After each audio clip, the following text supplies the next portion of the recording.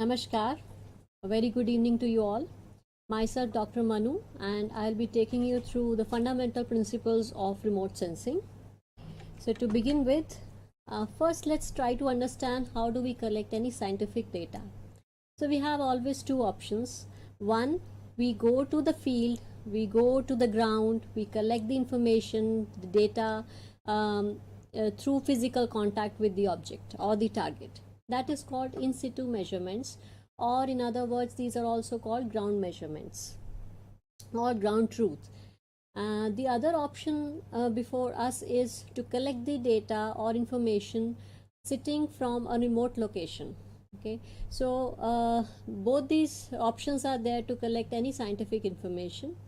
For example, if I have a body temperature and I want to measure it, one option is to use the clinical thermometer, that is a kind of ground measurements or field measurements.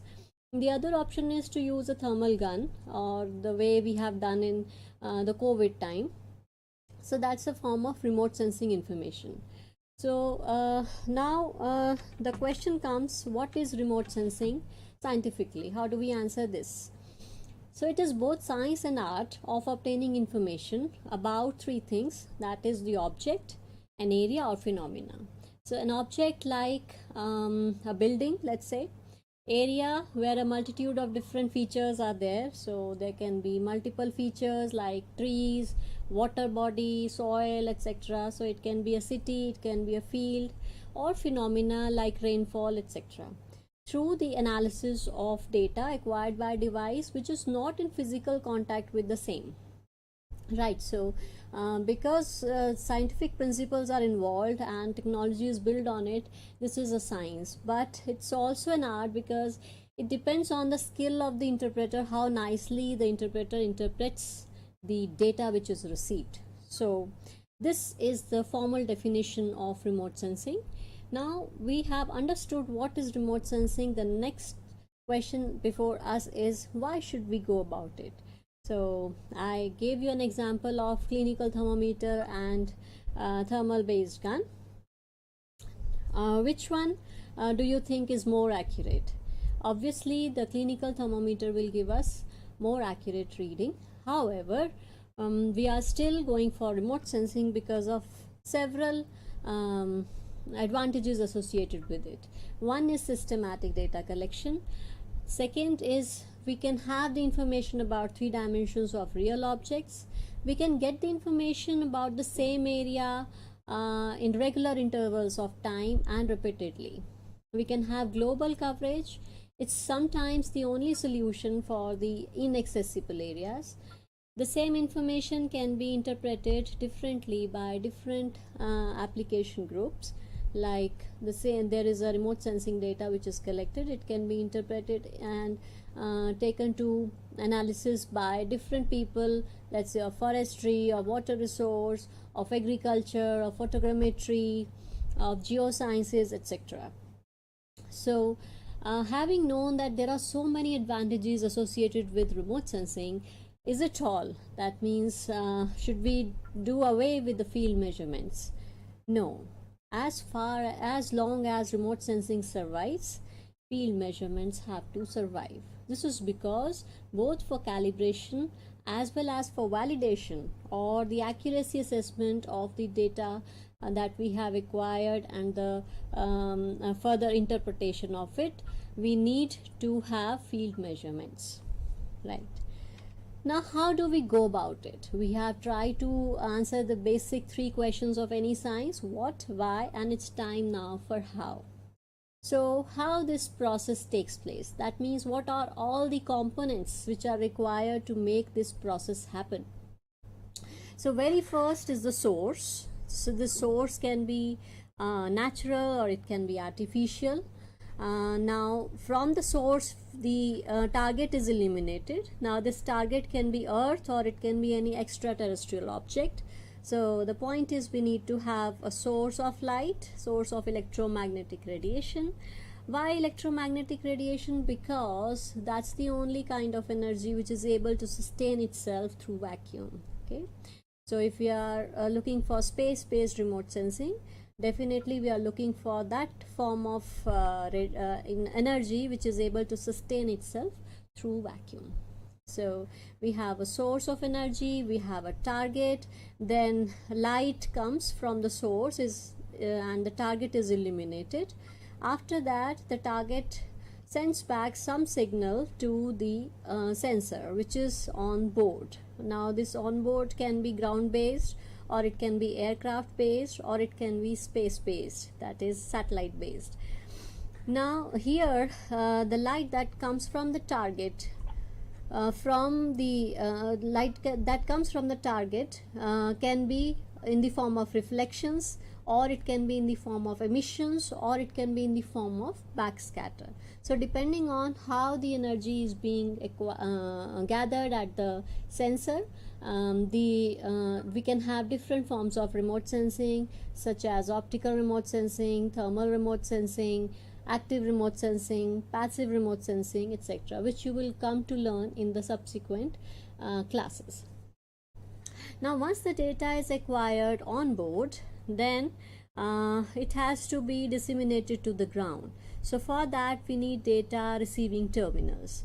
So data on board is transmitted to ground receiving station. From here the data is freed from some of the known errors, so that's called pre-processing. So the data provider checks for certain errors which are known to the data provider, and those errors are corrected for subsequent use by the user. So from here on it moves to different applications or to different users. Now in between you can see here this depiction is for the atmosphere covering the earth. Here in this case it can be any other, as I said, extraterrestrial object. Now if there is atmospheric layer around the earth, so signal while incoming as well as while outgoing interacts with atmosphere, and this alters the signal which is coming from the target to the sensor. So in and all we require these components: source of electromagnetic energy, then target which is going to send us the signal which we are going to sense, then a sensor and a platform to carry that sensor or detector. Then from here on data receiving station which is on the ground. From here we have some pre-processing software that frees the data from some known errors, and then you can use it according to your application. So our focus in this class would be on the properties of electromagnetic radiation, interaction of electromagnetic radiation with the target and with the atmosphere. So starting with electromagnetic radiation first. So very basic theories are there, that is wave theory and particle theory. Wave theory considers that electromagnetic energy is a form of continuous, harmonic and sinusoidal wave. So and the other theory says that the electromagnetic radiation consists of several discrete units which are called photons. So that is particle theory of light. Now if the electromagnetic wave is propagating as a wave, if we consider it as a wave, then what is electromagnetic wave? So it is a transverse wave in which the electric field and the magnetic field, these are oscillating in the perpendicular direction, and the energy is propagating in the perpendicular direction to these two fields, both electric fields and the magnetic fields. Then there are some terms which are associated with the wave theory which you will encounter several times in the due length of this course. First is the crest, which is the highest point on the wave. So if I have drawn a wave like this, that means I am showing either the electric field or the magnetic field, and the other wave is not shown, but it should be understood that the associated magnetic field is also there with the electric field. So this is the crest, the topmost point, highest point of the wave. The lowest point on the wave is called trough. Wavelength is the distance between two identical consecutive points on the wave. Okay. And frequency is how many number of wavelengths have passed a point in a set period of time. Okay, and time period is the time in which the one wavelength is completed. So these are some basic terminologies associated with wave theory. I'll be going to use them. That's why I just brushed up here. So coming to how the frequency and wavelength is related. So frequency is inversely proportional to the wavelength, and this can be written down into an equation which is called written in this manner: multiplication of wavelength and frequency gives you a constant, and this constant is nothing but the speed of light, and this is 3 into 10 to the power 8 meters per second. Now energy of a photon is given by E is equal to h into nu, where nu is frequency. So higher is the frequency, higher is the energy associated with the wave. And this proportionality is removed using a constant which is called Planck's constant. So here E is equal to h into c divided by wavelength. So h and c both are constant. Here you can see that higher is the wavelength, energy will be lower. Now we have discussed both the wave theory and the particle theory. So what is the how do we relate both of them? So there is a relationship given by de Broglie, which is called de Broglie hypothesis and or wave particle duality, which tells that the de Broglie wavelength associated with a photon is inversely proportional to its momentum. So this inverse proportionality here, the constant is introduced, which is again the Planck's constant. So here you see on the left hand side is a property of a wave, and on the right hand side is the property of a particle. P is equal to mass into velocity.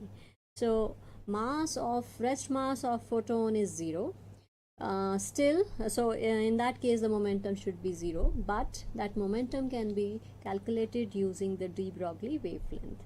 So despite being massless, the photons still carry momentum, and which can be deduced using this relationship. Now here is the spectrum of electromagnetic radiation. On the left hand side you can see the rays, cosmic rays, gamma rays, then X-rays. Going further to right, ultraviolet, visible, infrared, microwave and radio waves. So lower wavelengths on the left hand side and higher on the right hand side. Associated energy lower on the right hand side and higher on the left hand side. For remote sensing of Earth observation, we are mainly restricting ourselves to this region: ultraviolet, visible, IR and microwaves. Now ultraviolet is also mainly used for atmospheric remote sensing rather than Earth surface remote sensing. For Earth surface we are mainly confined to visible, IR and microwaves. So the visible part, as we know, it's from 0.4 to 0.7 micrometers. Infrared range extends from 0.7 micrometers to 3 micrometers, that is the reflective IR, and from 3 to 100 micrometers is the thermal IR. So what is done here is total range of IR is 0.7 micrometers to 3 micrometers. Out of that, up to 3 micrometers is the reflective IR. Here whatever remote sensing signals are sensed are mainly in the reflective regime. Why? Because up to 3 micrometers infrared radiations are mainly reflected from the Earth's surface. So, and the technology to sense the infrared radiation up to 3 micrometers is also similar to that in the visible range. So effectively optical range is termed as visible range plus reflective IR, that is 0.4 to 3 micrometers. So that becomes the optical range. It all falls in the reflective IR, and then comes the thermal IR, which is 3 micrometers to 100 micrometers. Why it's called thermal IR? Because here most of the radiation is emitted from the Earth's surface. Then comes microwave range. Here we divide the range of microwave into different bands, okay, and these bands are most likely understood in the form of frequencies rather than wavelengths. So in the class for your microwave remote sensing, this will be considered in detail. Here it's important to know that as the wavelength increases, the penetration capability of light also increases. So in the optical domain, whenever there was any cloud or rain, the signals got reflected back. So the area beneath the cloud was masked. But this problem was overcome when microwave remote sensing took its start. Why? Because it could now, the microwave signals could now penetrate across the clouds also.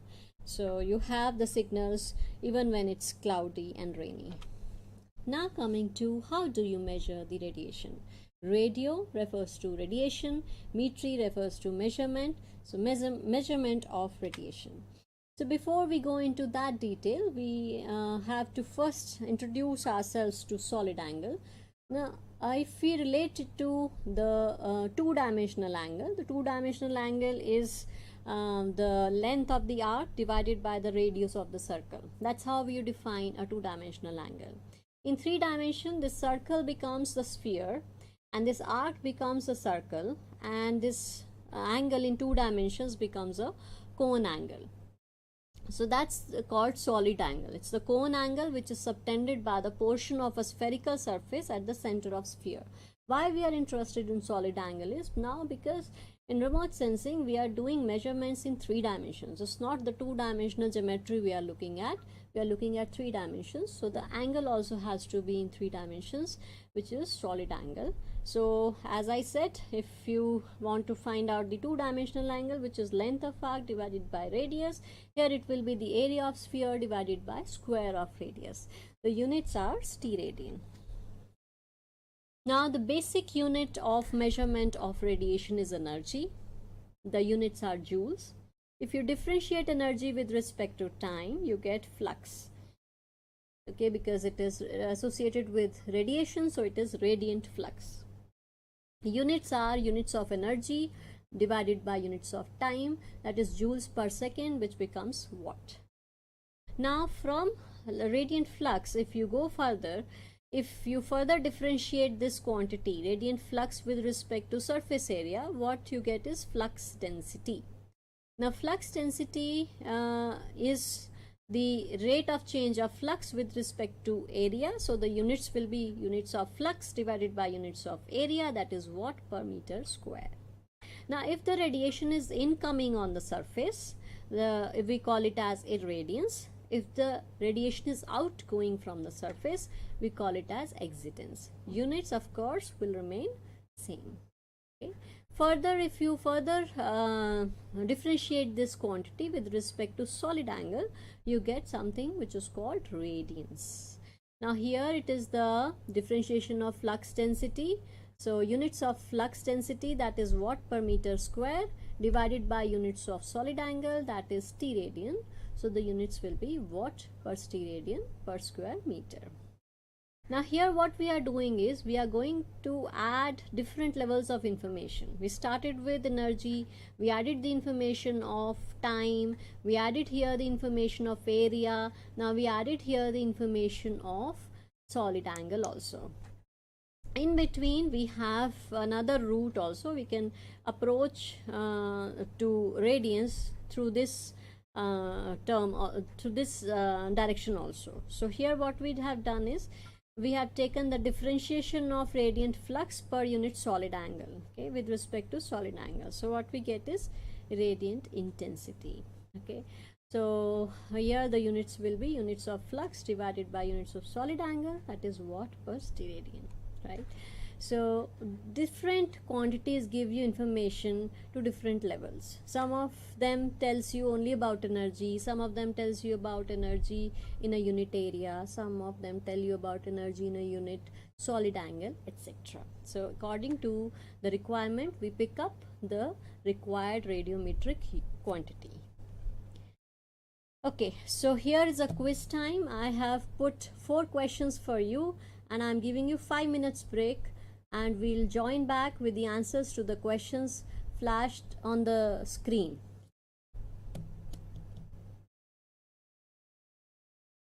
Okay, so welcome back. Let's take up the questions I asked to you one by one. Is our eye a remote sensor? Yes or no? Yes, it is, because we are sensing remote electromagnetic radiation remotely through our eyes. What are the units of spectral radiance?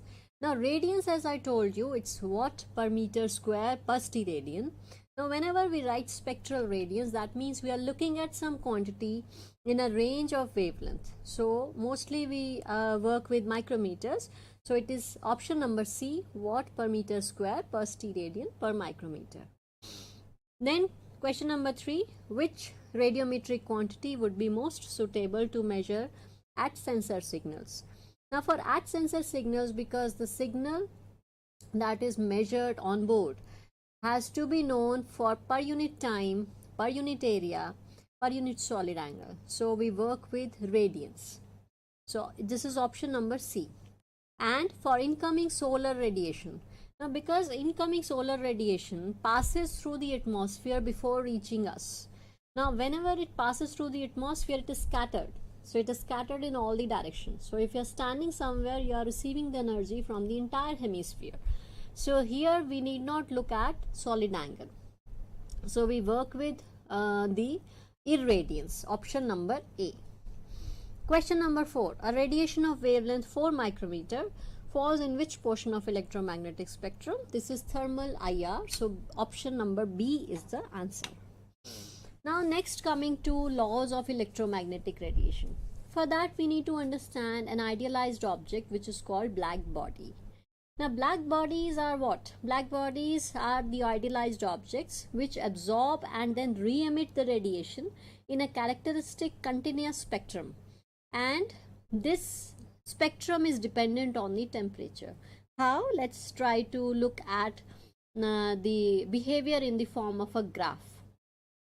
Now, on the x-axis is wavelength and on the y-axis is spectral radiant excitance. Okay, that is the energy per unit time, per unit area from a source.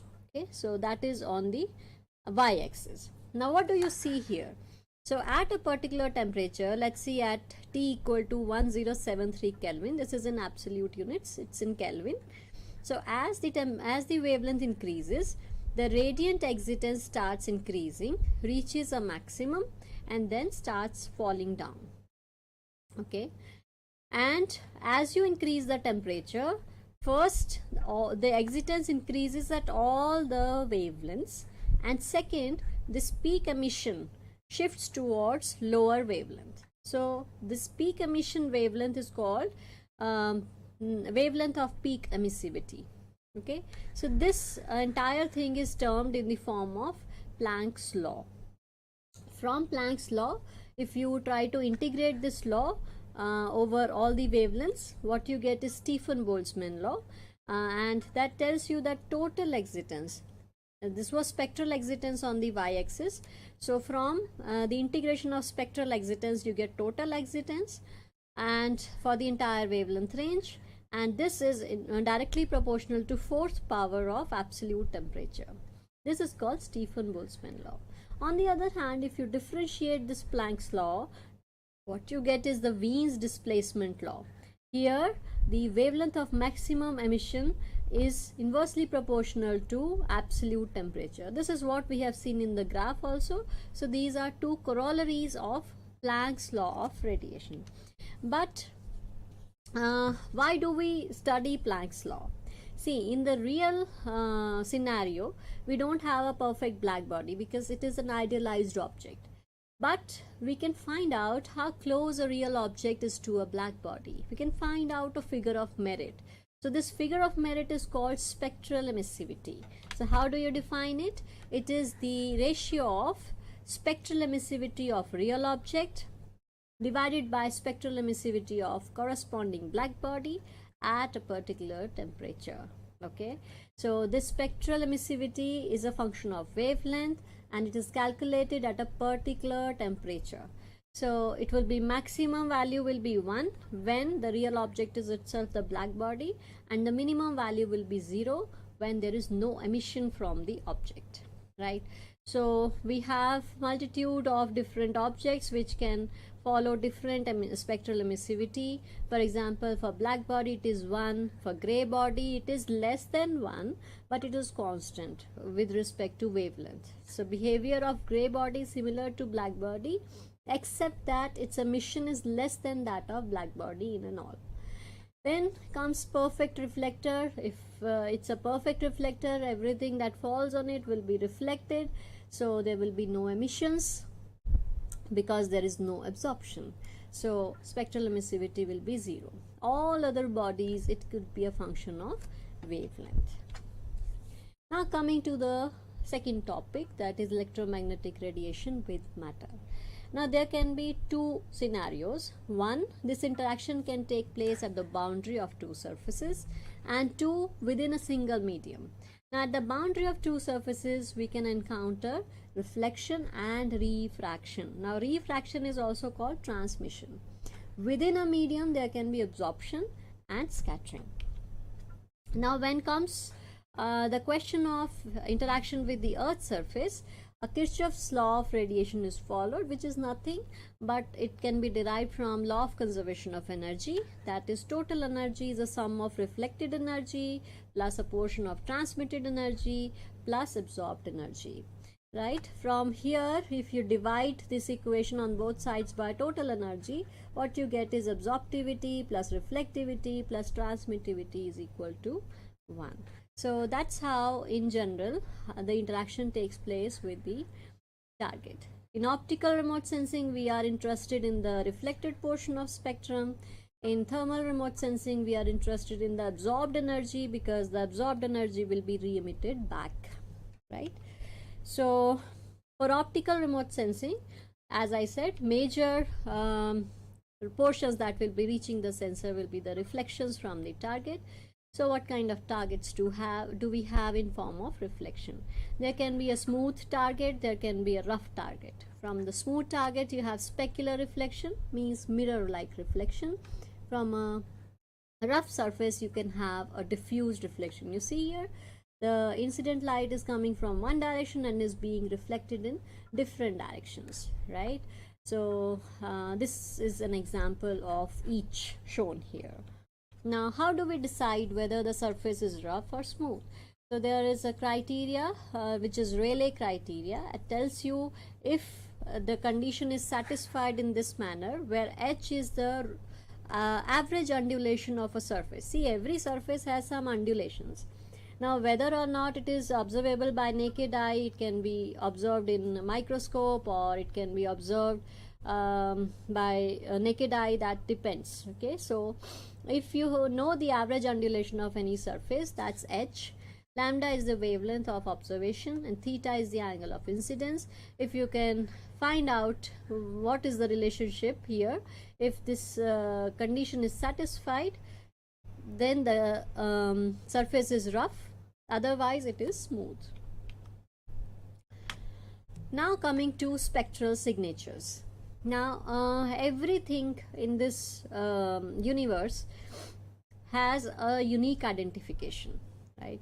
Now this unique identification in remote sensing is termed as spectral signature.